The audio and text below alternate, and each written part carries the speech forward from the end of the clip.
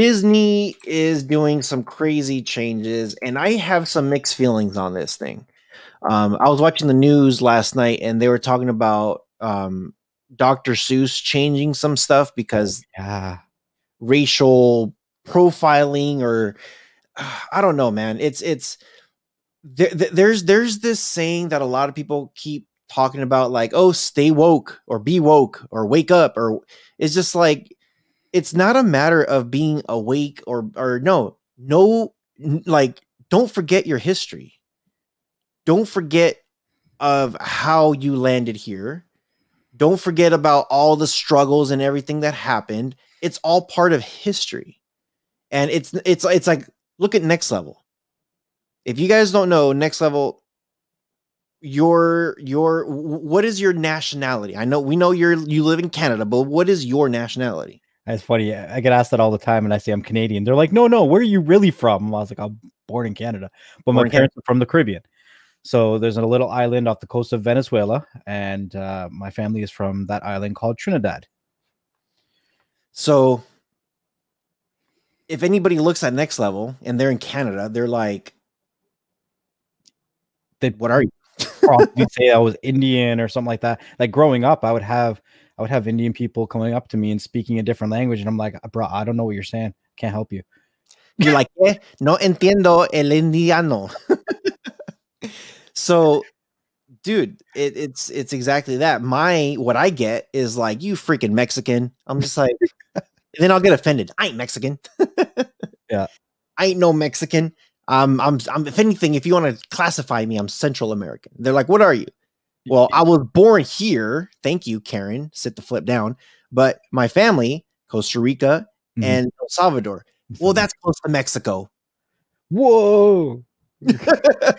And people have to understand, they have to be very careful, because there are countries that are close to countries that have super rivals. So if you say, well, you're close to this, no, that's fighting words.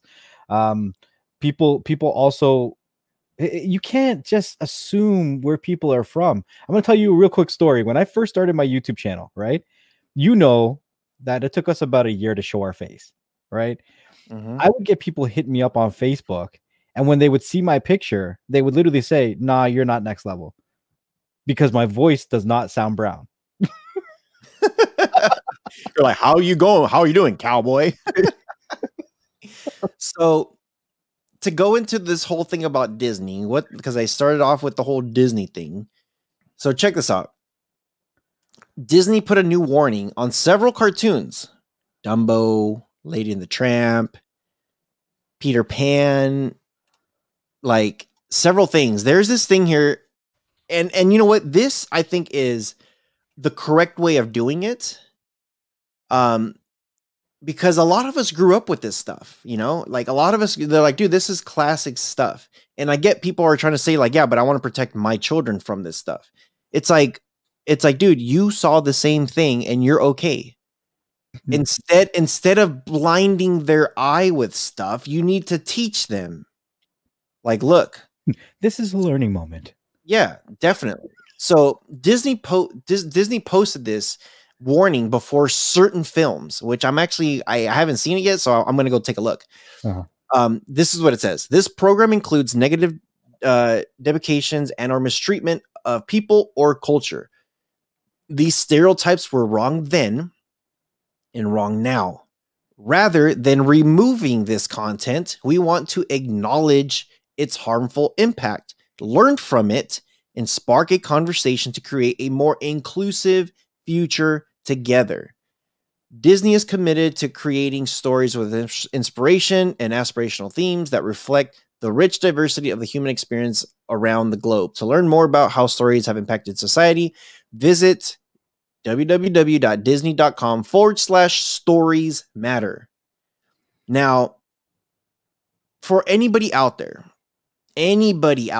would you be mad? And leave us a comment on this. Would you be mad if they take Dumbo completely out, Peter Pan completely out, Lady and the Tramp completely out, whatever your favorite Disney movie is?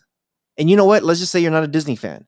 Whatever your favorite movie is, whatever your favorite TV show is, whatever favorite book it is, whatever favorite magazine it is, Whatever you like to do. If they say, hey, you're not allowed to, and you fill in the blank because of it being some kind of stereotype or whatever back in the day, it would anger me. And I would say, but why? I think what Disney did here is actually very, very smart. Just to comment on that really quickly, this actually, to me, makes me agree with streaming services versus having, an actual hard copy, because having disc going forward is going to be less and less likely as us as consumers, right? And with having a streaming service, they can make a switch like this on the fly, and they can put those warnings. I mean, if they needed to edit something out, the average person might be upset, but as a business standpoint, they could do that to protect themselves for liability reasons. And I think that's a really good thing to have at your disposal when you're a media company like Disney, right? When you're making TV shows and movies. So that's really cool. The other thing is, if anybody wants to know what those 6 Dr. Seuss books is, I have the list here. It's And to Think That I Saw It on Mulberry Street, McElliot's Pool, If I Ran the Zoo, Scrambled Egg Supper, On Beyond Zebra, and The Cat's Quizzer. Those are the 6 for Dr. Seuss that got removed. Yeah. Now, when I was watching that news about Dr. Seuss, they're saying that there was a character in there that had slanted eyes to make him look Asian, and they're saying, they could have probably done it in a different way. There was I think there was 2 characters that were brown in color or maybe black in color that were wearing grass skirts. So they were saying that, that's another reason why they took another book away.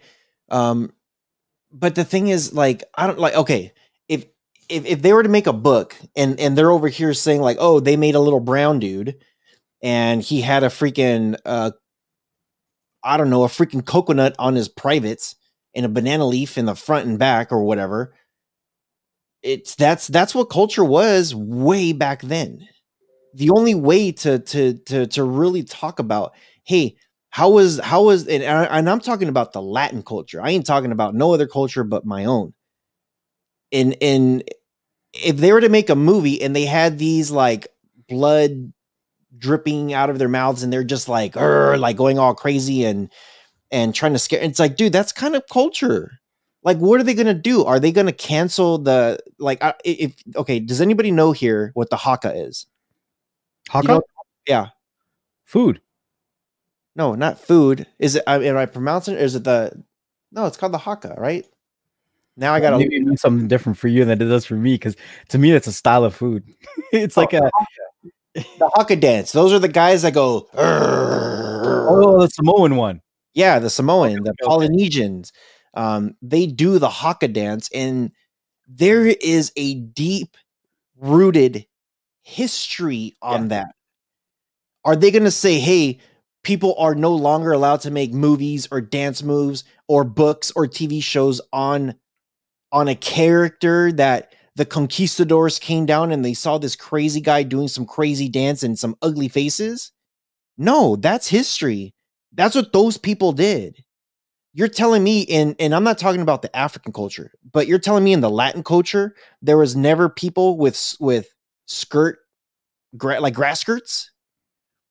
Like, dude, the Hawaiians, you go to Hawaii and they have those skirts because that's how they hulu dance. That's their culture. You're going to tell me we're going to cancel culture now? To me, that culture, cancel culture. It's we're in this whole stink of everybody is taking everything personal to a racist, like everything has become racist. Everything has become personal. Like you can't you can't have a political view without pissing somebody else and getting in a fight with you. I'm just going to read 2 more things here before I move on to the next thing here, but Disney Plus. Okay. So Disney Plus actually took out some of those movies from children's profiles. You have to have an adult profile now. So if you're a child and they're like, I want to watch Peter Pan. Nope. Can't watch it now. You have to have an adult profile. I don't disagree with that. So okay, I'm like, it's a freaking cartoon. It's just something that you got to sit down and talk with your kid about. Right. That's why it's attached to the adult profile. So you have that conversation before you hit play. Liability. Then what? Then PG-13 becomes adults now? You move everything PG to adult now?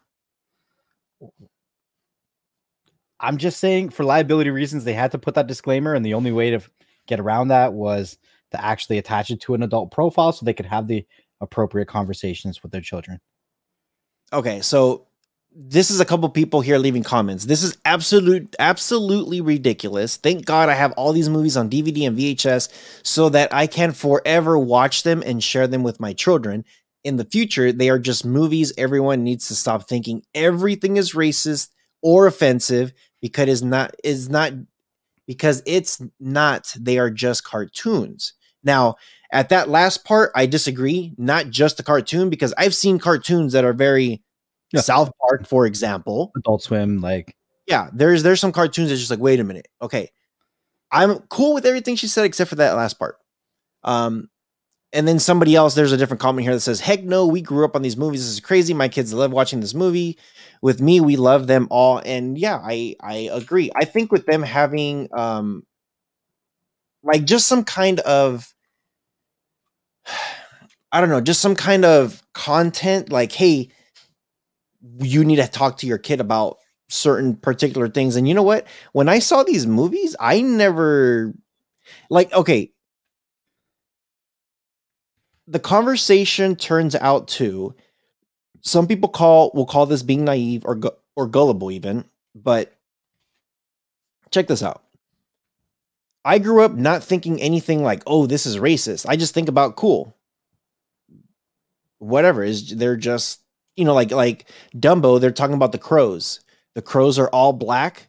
I know they were black actors, and they obviously they're going to sound how they sound, and you can tell when somebody's from Texas or when somebody's from Georgia.